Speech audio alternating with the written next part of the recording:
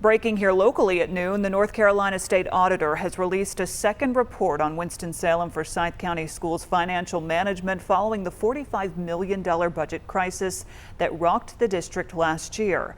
The first report detailed nearly a decade of poor financial practices. The second one looks into if the district has corrected its mistakes. WXII 12's Kelly Kendall joining us in the studio. And Kelly, you've been poring over the report. Has the district made meaningful improvements?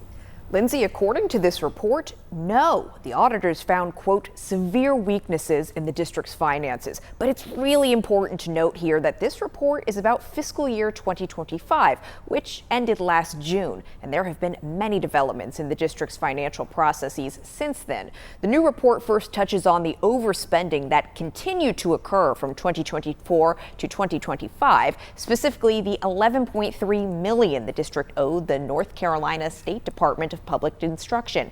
This happened under the previous leadership of former Superintendent Tricia McManus and former Chief Financial Officer Thomas Kranz.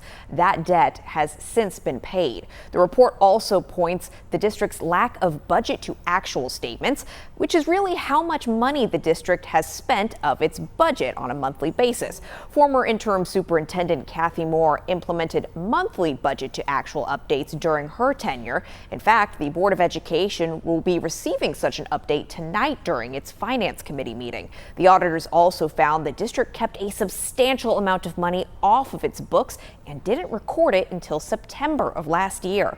The last big point of the report is about the district's loan from its Child Nutrition Fund. The district borrowed this money to help pay down some of its debt, but the report shows that the terms of this loan were too vague and created risks. The district didn't correct the terms until January of this year. In a statement, Superintendent Don Phipps writes that the district has taken corrective action to address the findings of this new report, writing in part, quote, WSSFCS is in a new era of fiscal responsibility. We have a balanced budget. We have practices in place to ensure it stays that way. We are on a path to recovery and long-term stability. We expect to hear more about this report from State Auditor Dave Bolick later this afternoon. We'll be asking him more questions about this, but for now, in studio, I'm Kelly Kendall for WXII 12 News. Kelly, thank you. WXII will continue to follow all the new developments out of Winston-Salem Forsyth County Schools. You can find all our previous coverage on our YouTube page as well.